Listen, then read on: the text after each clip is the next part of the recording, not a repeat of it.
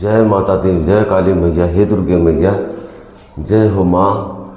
माँ भगवती सबका कल्याण करें, मंगल करें। प्रिय भक्तों याद रखें, एक चीज़ बहुत अच्छी बात मैं तुम्हें बताना चाहता हूँ जो सब भक्तों के लिए बहुत ही महत्वपूर्ण जरूरी है। प्रिय भक्तों याद रखना, जो भक्त माँ बाप की इज्जत नहीं करता है, क्योंकि जो कुछ दिया हुआ है, जैसे माता ने सब कुछ दिया हुआ है, सभी कुछ माँ भगवती का ही दिया हुआ है, प्रभु श्री राम का दिया हुआ है, श्री कृष्ण भगवान का दिया हुआ है।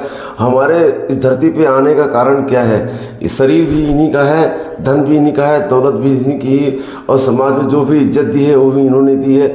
जो कुछ है इन्हीं का है, हमारा कुछ नहीं है। प्रिय भक्तों जैसे माँ बाप है, माँ बाप जन्म देने वाले माँ बाप हैं, बिना माँ बाप के यहाँ हम नहीं आए हैं। माँ बाप का ही दिया हुआ धन दौलत है, जो कुछ माँ बाप का ही है। जो अगर माँ बाप हमारे कोई कार्य करते हैं हमसे बिना पूछे, तो सब कुछ उनको पूरा अधिकार है। प्रिय भक्त याद रखिए, पूरा अधिकार है माँ बाप को, क्योंकि उन्होंने धन दौलत जब अपनी मेहनत कमाई से जोड़ी। अगर उन्होंने बेचा है, कोई प्रॉपर्टी बेची है, तो उसे हमें टांग अड़ाने की कोई ज़रूरत नहीं है, ना ही हमें वो करने की ज़रूरत है। मेन चीज़ ये है, पहली बात को जो माँ बाप की इज्जत नहीं करते, तो वो सबसे समझ लीजिए आप क्या है।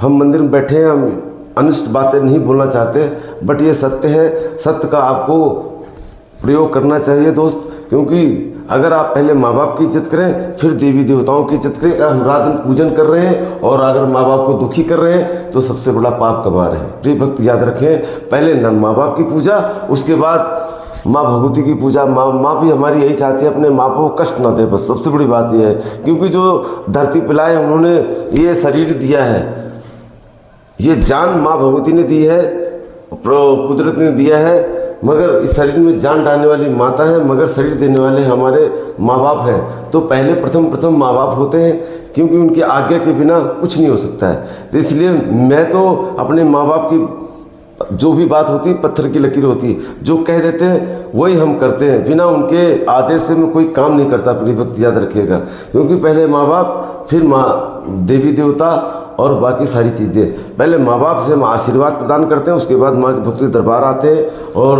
भंडारा इत्यादि सब आपके माँ बाप के आशीर्वाद से ही करते हैं। क्योंकि जो कुछ दिया हुआ है सब उन्हीं का दिया हुआ है। अगर वह लेना चाहते हैं तो अवश्य ले, हमारा क्या है? हमारा कुछ नहीं। प्रिय भक्त सब उन्हीं का है। जय माता की। और माता हमारे पर आशीर्वाद बनाए रखें, ताकि मैं यूं ही माँ के भगवती का आशीर्वाद प्रदान करें। मेरे प्रिय भक्तों याद रखें, समाज में इज्जत कमानी है, और समाज को आप जो दोगे वही पाओगे।